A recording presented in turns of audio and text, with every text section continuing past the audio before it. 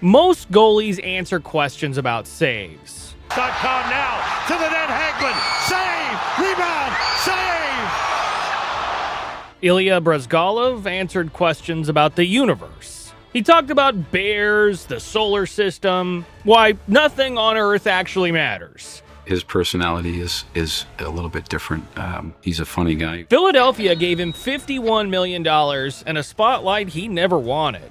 They didn't call him eccentric, they called him the strangest goalie alive, and the money made it worse. Togliatti is not the kind of city that produces personalities. It's a factory town in the middle of Russia, built around the Vaz automobile plants, a place where people worked industrial shifts, raised families in Soviet-era apartment blocks, and didn't spend much time encouraging their children to express themselves on a public stage. The culture there rewarded function over flair, output over individuality, and if you were a young goaltender growing up in Togliatti in the late 80s and early 90s, you were expected to stop pucks and keep quiet about it. This is the world Ilya Bryzgalov came from, and you need to hold on to that detail because it explains almost everything that happened to him later. He played 2 seasons with Lada Togliatti in the Russian Super League before the Mighty Ducks of Anaheim, who had drafted him 44th overall in the 2000 NHL entry draft, brought him to North America to begin what turned out to be one of the longest apprenticeships in modern hockey. Bryzgalov did not step into the NHL and announce himself the way first-round picks sometimes do. He spent the better part of 4 seasons riding buses with the Cincinnati Mighty Ducks of the American Hockey League, sitting behind Jean-Sébastien Giguère on the depth chart and waiting for a chance that kept not arriving. Giguère at that point was one of the most dominant playoff goalies the sport had seen in years. A man who had dragged the Ducks to the Stanley Cup final in 2003 and won the Conn Smythe Trophy despite losing the series. So the idea of Bryzgalov displacing him was not realistic, and everybody in the organization knew it. What changed was the 2006-07 postseason. During the first round against Minnesota, Giguère stepped away from the team to go be with his wife for the birth of their son, and Bryzgalov, who had spent years preparing for exactly this kind of moment, without any guarantee it would arrive, stepped into the net and played 5 playoff games, and won 3 of them. The Ducks kept winning after that. They steamrolled through the Western Conference and beat the Ottawa Senators in 5 games to win the franchise's first Stanley Cup. And Bryzgalov did not play a single minute of the final. His name went on the trophy because he was on the roster and had contributed during the run, but he watched the clinching game from the bench, which is something very few athletes ever have to sit with.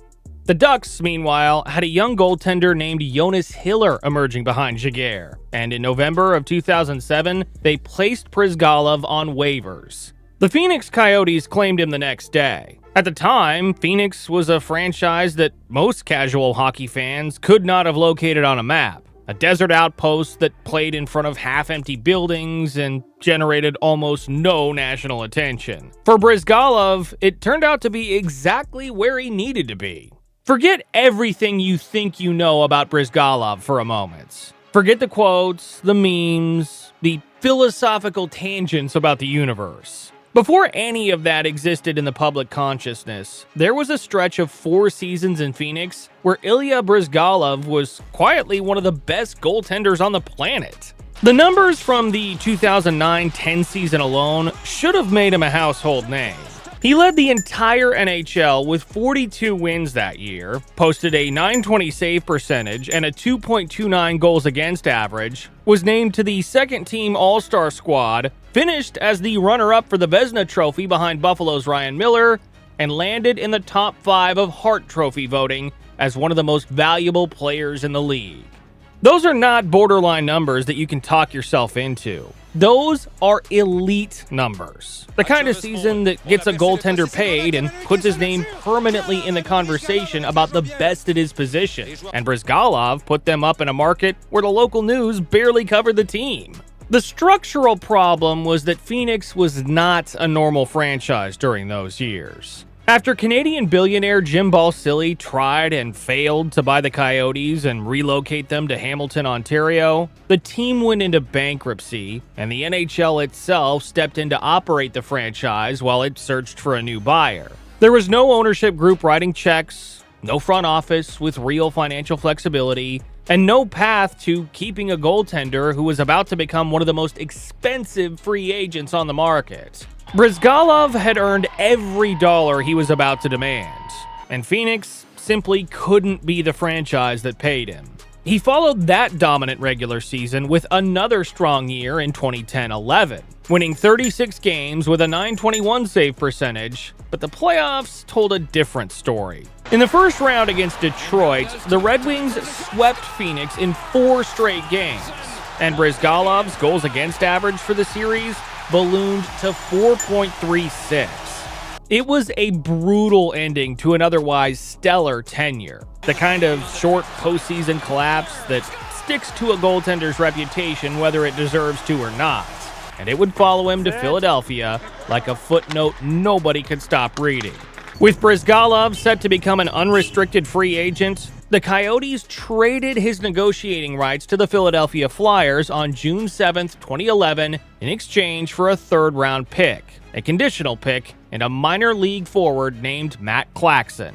4 years of elite goaltending, a Vezina runner-up finish, a league-leading win total, and the return was spare parts. That's what happens when your best seasons take place in a market that nobody watches. What Philadelphia did next is either the most logical thing a desperate franchise could do, or one of the most catastrophic mistakes in NHL history, depending on how you look at it. June 23, 2011 is the kind of date that Flyers fans will remember for the rest of their lives, and not because anything good came of it.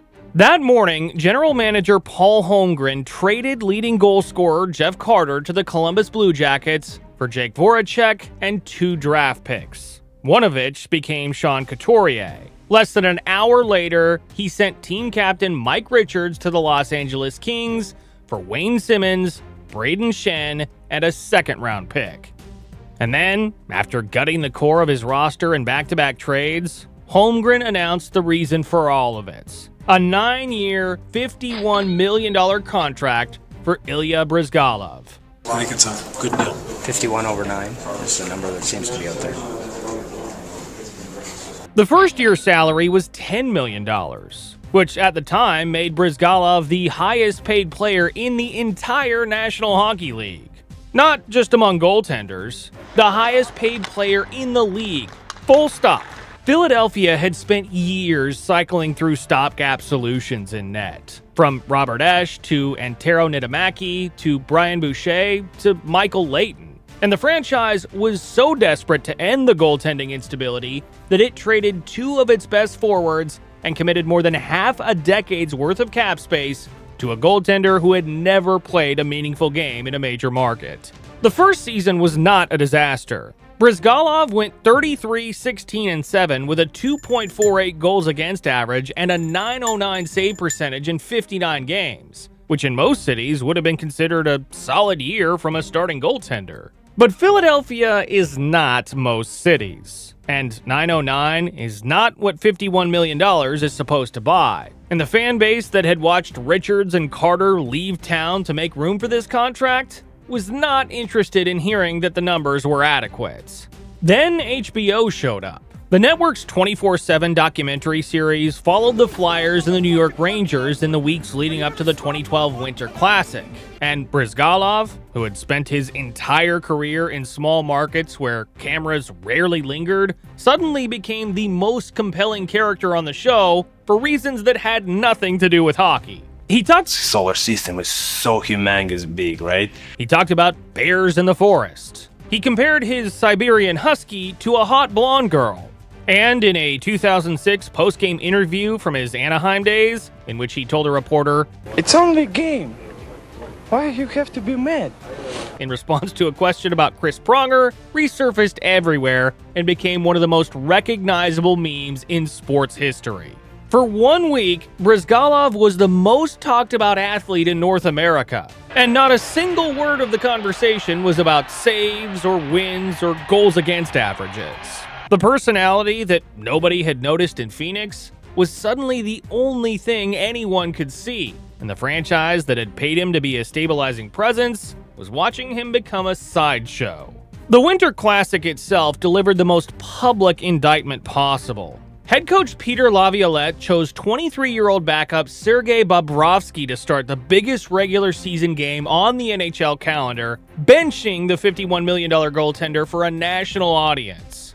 Bryzgalov handled it with characteristic humor, telling reporters, "I have a great news and even better news. Okay, great news, I'm not playing tomorrow night, and good news, we have a chance to win the game tonight." The joke landed, but the message underneath it was brutal, and everyone in the building understood what it meant. The Flyers made the playoffs that spring and beat Pittsburgh in the first round before losing to New Jersey in 5 games in the second round. Bryzgalov's playoff numbers were ugly. A 3.46 goals against average and an .887 save percentage across 11 games. And the contract that was supposed to solve Philadelphia's goaltending problems had instead confirmed the franchise's suspicion that the position was cursed. The second season was worse across the board. The 2012-13 campaign was shortened to 48 games by a lockout, and Bryzgalov went 19-17-3 with a 2.79 goals against average and a career-low .900 save percentage. A teammate accused him of falling asleep during a team meeting. He was criticized for closing his eyes on the bench and yawning during a loss to Winnipeg. The backup outperformed him down the stretch, and the Flyers missed the playoffs entirely for the first time in years. But here's what almost no one talks about. The reason Bryzgalov was so strange on camera was never a personality flaw. It was something he had been carrying for much longer than anyone realized. In June of 2013, the Flyers used a compliance buyout on Bryzgalov's contract. One of 2 amnesty buyouts the new collective bargaining agreement granted to each team following the lockout. The buyout obligated Philadelphia to pay Bryzgalov approximately $1.64 million per year for the next 14 years, totaling roughly $23 million, stretching all the way to 2027, which means the Flyers are still writing him checks right now, more than a decade after he last wore their jersey. During his time in Philadelphia in the years that followed, Bryzgalov started talking openly about what the experience had actually felt like from the inside. He told Russian media that what he lived through that season, he wouldn't wish on an enemy.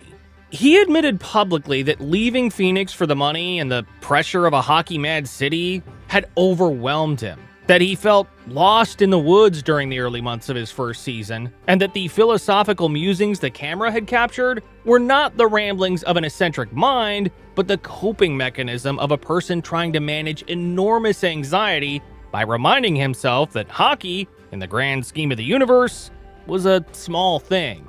The pattern, once you see it, is impossible to ignore. Bryzgalov thrived in Anaheim, where nobody cared about the backup goalie. He thrived in Phoenix, where nobody cared about the franchise. And he collapsed in Philadelphia, where everyone cared about everything, and the goaltender was the single most scrutinized position on the roster because the franchise had been failing to fill it for 30 years. The contract did not break a bad goalie. It broke a good one by placing him in the one environment he was least equipped to handle. The Bobrovsky footnote makes it worse. The 23-year-old backup that the Flyers used to embarrass Bryzgalov during the Winter Classic was traded to Columbus after the 2011-12 season and immediately won the Vezina Trophy as the best goaltender in the NHL. He won it again in 2016-17. The goaltender Philadelphia discarded because they thought they had found something better in Bryzgalov turned out to be one of the best netminders of his generation, which says more about the Flyers than it ever said about Bryzgalov. After the buyout, Bryzgalov signed a 1-year deal with the Edmonton Oilers in November of 2013 for $2 million. and played 20 games before being traded to Minnesota in March of 2014 for a 4th-round pick. He played well for the Wild down the stretch, going 7-1-3, and started playoff games in both rounds before Minnesota was eliminated by Chicago. He returned to Anaheim on a 1-year contract in December of 2014, the team that had drafted him 14 years earlier, but the magic was gone, and he played just 8 games before being sent down to the minors. His NHL career ended in 2015, and the final line reads 221 wins, 34 shutouts, a Stanley Cup ring, a World Championship gold medal with Russia, and a save percentage of .912 across 465 games. He was never the disaster that the narrative made him out to be. The contract was the disaster, and the market was the disaster, and the assumption that a goaltender who had built his entire career in silence could perform the same way under a permanent spotlight was the disaster.